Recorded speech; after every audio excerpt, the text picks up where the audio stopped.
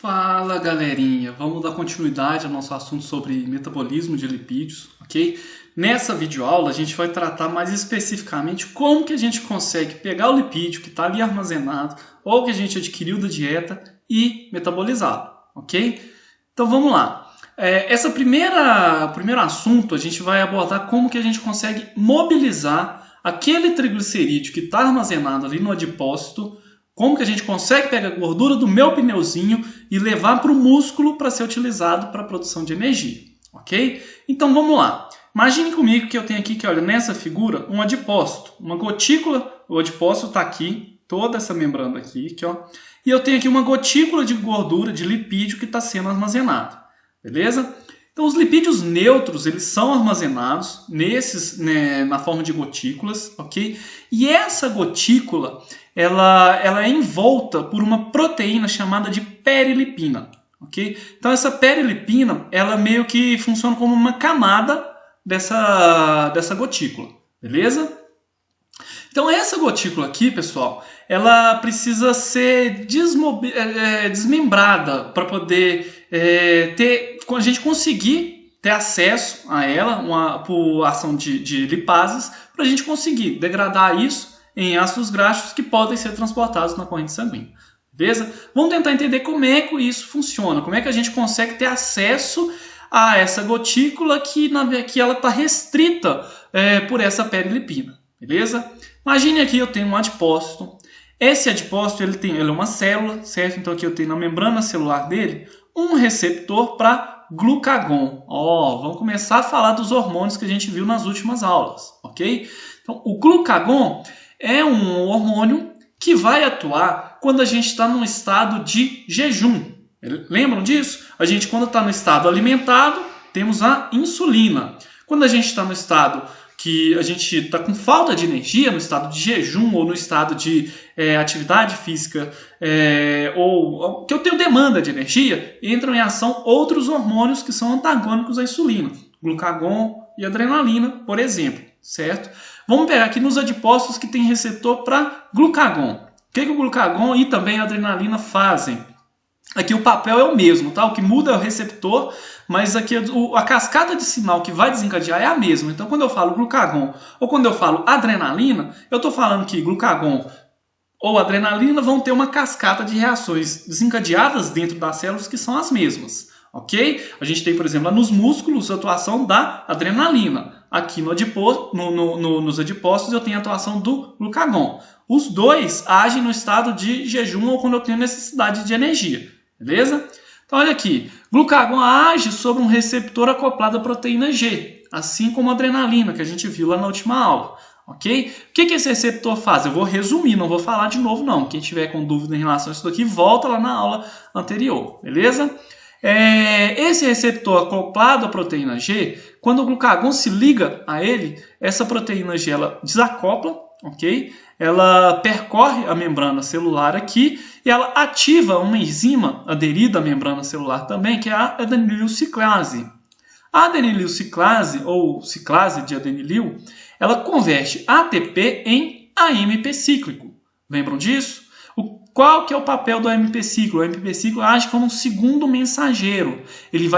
Um dos papéis dele é ativar pKa, certo? O que essa pKa faz? Ela é uma enzima quinase, ela fosforila diversos componentes celulares, certo? Componentes proteicos específicos, beleza? Então eu lembro que teve algum aluno que me perguntou, mas qual que é a função do AMP cíclico e da pKa? São várias funções. Então a gente vai ver, dentre todas as aulas que a gente for estudar, algumas dessas funções. Aqui, na mobilização dos triglicerídeos, a pKa ela tem duas funções, basicamente. Ela vai fosforilar a perilipina, que a gente acabou de ver, e ela vai fosforilar uma enzima que está presente no citosol, que é uma lipase sensível ao hormônio. Qual hormônio? O glucagon, certo?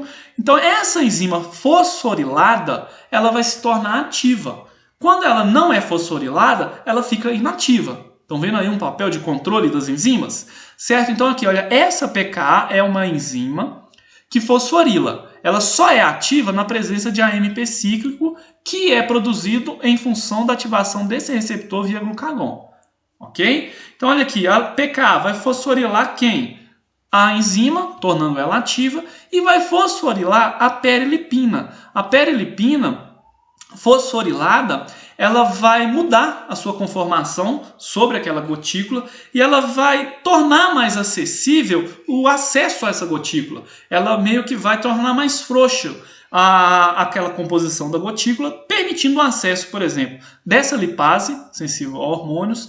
Ela vai desmembrar uma outra proteína, que olha, essa CGI aqui que está aderida à perilipina, ela vai se dissociar, ok? E essa dissociação vai promover também a ativação de uma outra lipase. Essa lipase que está aqui, que olha, é uma lipase de triglicerídeo. O que essa lipase de triglicerídeo faz? Ela só é ativa por atuação aqui, que olha, dessa CGI, e essa CGI ela só é liberada quando a gente tem fosforilação da perilipina, ok? Olha aqui, essa lipase ativa, ela vai degradar, ela vai hidrolisar triglicerídeo em diacilglicerol e um ácido graxo, ok? O que é isso, Ricardo? Traduz isso para mim. O triglicerídeo não tem 3 caudas de ácidos graxos esterificados ao glicerol? Essa primeira enzima aqui vai tirar uma dessas perninhas, ok? Então vai formar o diacilglicerol, que é o glicerol ligado a 2 ácidos graxos. E vai liberar um ácido graxo, certo? Estão acompanhando essa figurinha aqui que, olha, triglicerídeo, olha, eu tenho 3 caudas apolares. Por ação dessa primeira enzima aqui, eu tenho liberação de diacilglicerol e um ácido graxo, beleza? Depois, eu tenho aqui outras enzimas que vão promover também essa hidrólise, ok? Eu tenho aqui a atuação da lipase, sensível a hormônios, e eu tenho aqui que, olha, as monoacilgliceróis. O que essa lipase faz e o que essa monoacilglicerol lipase faz? A lipase sensível a hormônios vai pegar esse diacilglicerídeo e vai tirar mais uma perninha, ok? Vai liberar mais um ácido graxo aqui e vai sobrar o quê? O glicerol ligado a um ácido graxo, ok? Esse monoacilglicerol aqui. Essa terceira enzima vai retirar o glicerol e hidrolisar, né, o glicerol dessa última perninha, desse último ácido graxo, liberando glicerol e 3 ácidos graxos aqui, que olha para o citoplasma do adipócito. Beleza? Então tive aqui a atuação de 3 enzimas que eu quero que vocês resumam da seguinte maneira na cabeça de vocês. Eu tenho aqui triglicerídeos sendo convertidos em ácido graxos e glicerol. Beleza? Esse ácido graxo aqui, ele atravessa, ele não precisa de transportador aqui do adipócito, ok? Ele sai, beleza? E ele vai cair na corrente sanguínea, mas a gente tem aqui um componente que ainda é apolar, beleza? Como é que ele consegue ser transportado na corrente sanguínea? Através do carreador conhecido como albumina. A albumina, nossa proteína aqui, que tem várias funções no nosso organismo, uma delas é transportar ácido graxo. Okay? O ácido graxo ele não anda de maneira livre, ele não circula na nossa corrente sanguínea de maneira livre. Ele circula ligado aí, não covalentemente à albumina. Ao chegar, por exemplo, no miócito ou no tecido, então pode ser aí no tecido esquelético, no músculo, no coração, onde que for, onde a gente precisa de energia, a gente tem aqui um transportador para ácido graxo nesses tecidos, e nesses tecidos a gente vai promover a oxidação de ácido graxo, ok? A gente não oxida o triglicerídeo inteiro, a gente precisa hidrolisá-lo a ácido graxo, e é esse ácido graxo aqui que a gente vai produzir energia a partir dele, beleza? Resumindo, o que a gente teve aqui até agora? Quando que eu preciso de utilizar gorduras como fonte de energia? Quando eu tenho falta de suprimento de carboidratos, ok? Quando é que isso acontece? Quando eu estou de jejum ou quando eu tenho uma demanda energética maior, uma atividade física, por exemplo, ok? Quando isso acontece, a gente tem liberação de hormônios na corrente sanguínea, um deles é o glucagon. Glucagon vai ativar um receptor de proteína G. Proteína G ativa a adenililciclase, que converte ATP em AMP cíclico, beleza? O AMP cíclico ativa a PKA, a enzima que fosforila diversas proteínas, ok? No adipócito, a PKA vai fosforilar a perilipina, que mantém confinado a gotícula de gordura, e também uma lipase, Vai fosforilar esses dois componentes. A perilipina fosforilada, ela vai tornar essa gotícula de mais fácil acesso a esses hormônios e também vai promover aqui, que olha, quando ela está fosforilada, a ativação também de outra enzima, via aqui essa proteína CGI, certo? O que é o resultado disso tudo? Eu vou ter a hidrólise do triglicerídeo que estava nessa gotícula de lipídio, liberando ácidos graxos e glicerol, que não está aqui representado nessa figura, beleza? O ácido graxo cai na corrente sanguínea, sendo transportado pela albumina até encontrar aqui o local de demanda para esse tecido, onde a gente tem um transportador de ácido graxo e esse ácido graxo vai ser oxidado para a produção de energia. Beleza? Ficou claro? Pessoal, quando esse ácido graxo ele é transportado para o citoplasma aqui, da célula que ele precisa ser utilizado para a produção de energia, a gente tem que ter em mente o seguinte: a oxidação desse ácido graxo acontece no interior das mitocôndrias, ok? Não é no citosol, beleza? Então aqui já vai uma informação importante. A oxidação dos ácidos graxos acontece nas mitocôndrias, ok? Pessoal, então aqui chegou o ácido graxo para ser utilizado para a produção de energia nos músculos, no tecido cardíaco, tecido muscular esquelético, ok? E quem é que sobrou dessa degradação aqui? Os gliceróis, ok? Então, o glicerol liberado pela ação dessas lipases que a gente acabou de ver, ele vai sofrer inicialmente aqui, que olha, uma fosforilação, gerando aqui, olha, glicerol 3-fosfato, e depois ele vai ser oxidado, produzindo aqui, que olha, dihidroxicetonofosfato. Esse componente aqui, acredito que vocês vão lembrar nas aulas passadas, ele é um intermediário da via glicolítica, ok? Então ele é convertido aqui por uma isomerase a gliceraldeído 3-fosfato e a gente pode utilizar esse componente aqui, que olha, na via glicolítica para a produção de energia, beleza? Então, ao se degradar um triglicerídeo, a gente tem liberação de ácidos graxos, a gente vai falar como é que a gente utiliza ele daqui a pouquinho, e de glicerol. O glicerol, inicialmente, ele pode ser convertido em glicerol 3-fosfato. Esse componente ele pode ser direcionado para gliceraldeído 3-fosfato. E se a gente for pensar em termos de energia de um triglicerídeo, 5% da energia que eu tenho de um triglicerídeo, ele vem do glicerol.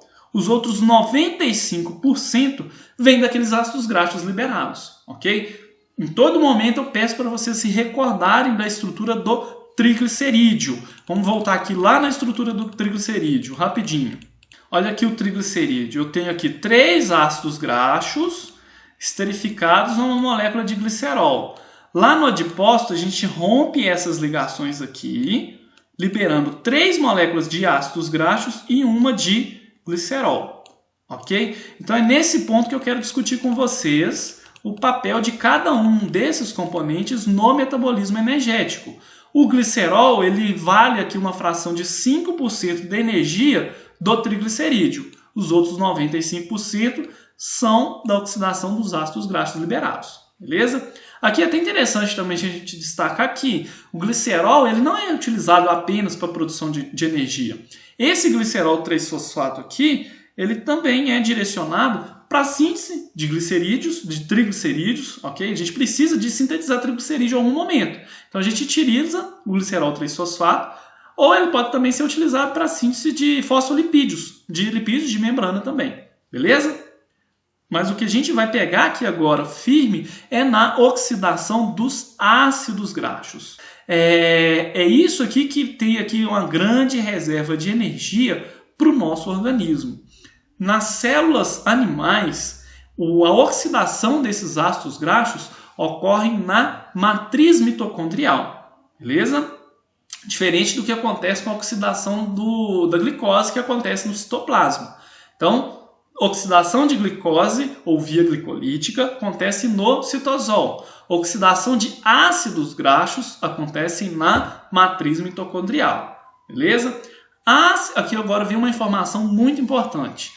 Os ácidos graxos, que tem a cadeia com até 12 carbonos, eles conseguem entrar na mitocôndria livremente, beleza?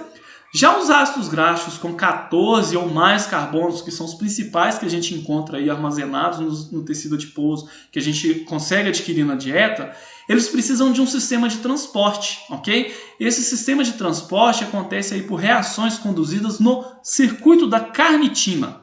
Pessoal, então vamos entender como é que funciona esse circuito da carnitina e como que a gente consegue colocar o ácido graxo que estava no citosol dentro da matriz mitocondrial, aqueles ácidos graxos com 14 ou mais carbonos, ok?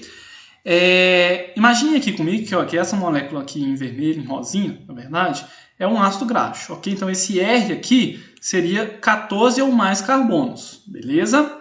Então para que ele possa entrar dentro da mitocôndria, primeiro a gente tem que convertê-lo em acil-CoA graxo, ou seja, eu vou ter que colocar uma coenzima A ligada a esse ácido graxo, certo? Esse sistema é catalisado aqui, que olha, por uma enzima. Essa enzima está localizada na membrana externa da mitocôndria, na membrana externa voltada para o lado do citosol, ok? Então olha aqui, eu tenho um acil-CoA graxo sintetase.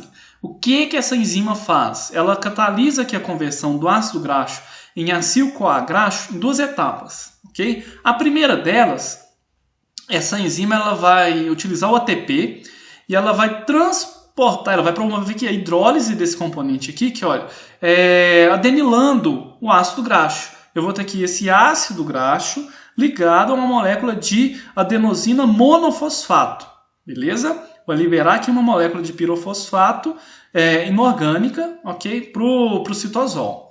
Num segundo momento, a gente tem a substituição desse componente aqui por uma molécula de coenzima A. A gente tem um ataque nucleofílico aqui a esse carbono da carbonila e liberação aqui de um AMP, uma adenosina monofosfato. Ok? Estão vendo ele aqui? No final, a gente tem uma formação aqui que é desse componente aqui. Ó. É o ácido graxo ligado numa coenzima A. É esse componente aqui que a gente consegue colocar ele para dentro da mitocôndria, certo? O ácido graxo livre, ele não entra na matriz mitocondrial. É o ácido graxo ligado a uma coenzima A que consegue entrar, ok? Além de ter essa possibilidade de acesso à matriz mitocondrial, esse componente também ele pode ser utilizado para a síntese de lipídios de membrana, ok? No finalzinho dessa sequência de videoaulas a gente vai ver como é que isso acontece, beleza? A princípio vamos focar aqui como que a gente consegue colocar esse acil-CoA graxo, o ácido graxo ligado na coenzima A, dentro da mitocôndria, beleza? Esse processo de transporte aqui é realizado pelo circuito da carnitina, ok? Eu acredito que poucas pessoas até o momento aqui que estão assistindo essa videoaula que não tiveram a disciplina comigo, devam ter ouvido falar desse aminoácido aqui, que olha, a carnitina é um aminoácido que não faz parte da composição de proteínas, ok? É um aminoácido um pouquinho diferente, tá? E ele faz parte desse sistema de transporte de ácidos graxos para o interior da matriz mitocondrial. Acredito que provavelmente alguma pessoa que tenha mais interesse em suplementos, que já para academia, já devem ter ouvido falar desse componente da carnitina. A carnitina é um componente que, pelo que a gente acabou de ver aqui, ele age num processo de utilização das gorduras. Então, muitas das vezes ele é utilizado aí para pessoas que querem acelerar o processo de emagrecimento, ok? Mas aqui vamos pegar o papel bioquímico desse composto aqui, certo? Então, até agora a gente viu que para entrar na mitocôndria, o ácido graxo ele tem que estar ativado, ligado aqui a uma molécula de coenzima A, beleza? É esse componente aqui, o ácido graxo ligado na coenzima A, que consegue entrar na mitocôndria. Mas ele não entra sozinho. Ele precisa primeiro ser transformado. Eu tenho que trocar essa coenzima A aqui por uma molécula de carnitina. Tá vendo esse componente aqui? Eu vou tirar a coenzima A e vou ligar uma carnitina nesse ácido graxo aqui. Quem faz isso? A gente tem aqui duas enzimas, ok? Eu tenho a carnitina aciltransferase 1. Ela fica localizada na membrana mitocondrial externa, ok? E ela faz a troca dessa coenzima A, olha aqui a coenzima A saindo, e no lugar dela, ela coloca uma molécula de carnitina, ok? Estão vendo aqui? Tá dando para acompanhar, né? Olha aqui, o ácido graxo ligado na carnitina. Esse componente aqui, o ácido graxo ligado na carnitina, consegue penetrar no espaço intermembranoso, ok? E olha aqui,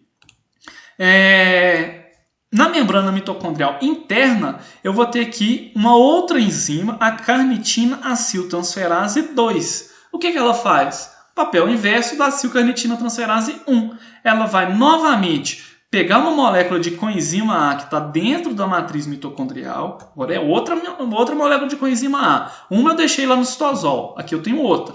Tá? E ela vai transferi-lo novamente para a molécula de acil graxo, certo? Do ácido graxo que a gente está tentando colocar dentro da matriz mitocondrial.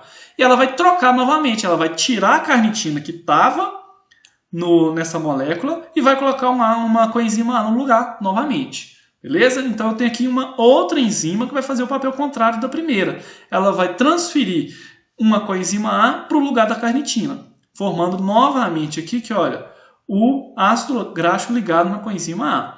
Vocês conseguiram perceber que esse componente aqui, estruturalmente falando, é o mesmo desse daqui? Se conseguiram entender isso, beleza, a gente conseguiu entender como que a molécula de acil graxo consegue entrar dentro da célula, certo? Dentro da matriz mitocondrial, perdão. Para isso, novamente, eu tenho aqui que, olha, duas enzimas, a carnitina aciltransferase. A primeira vai colocar uma carnitina no lugar da coenzima A. Esse componente aqui agora, o ácido graxo ligado na carnitina, consegue entrar na matriz mitocondrial. A gente tem aqui, olha, um transportador para esse componente formado. E na matriz mitocondrial eu tenho uma outra enzima que vai fazer o inverso, vai voltar ao que era antes. Ok? Vai retirar essa carnitina e colocar aqui uma coenzima A novamente, regenerando o ácido graxo coenzima A. Certo? É esse componente aqui que a gente consegue oxidar para a produção de energia. Beleza? Novamente, se esse componente aqui ele tiver menos do que 14 carbonos, 12, 10, não importa quanto, se é menos de 14, ele não precisa desse sistema aqui para entrar dentro da mitocôndria. Ele atravessa direto. Certo? Eu só preciso desse sistema aqui para moléculas que tem aqui, que olha, essa cauda, esse ácido graxo aqui, com 14 ou mais carbonos. Se tem 14 ou mais carbonos, eu preciso do circuito da carnitina para transferir o ácido graxo que estava no citosol para dentro da mitocôndria, para a matriz mitocondrial.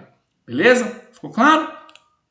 Então a gente vai ficar por aqui, a princípio, a gente finaliza essa parte de mobilização e transporte. Na próxima videoaula a gente vai ver especificamente como que acontece a oxidação desses ácidos graxos para a produção de energia. Beleza? Fico aguardando vocês na nossa próxima videoaula.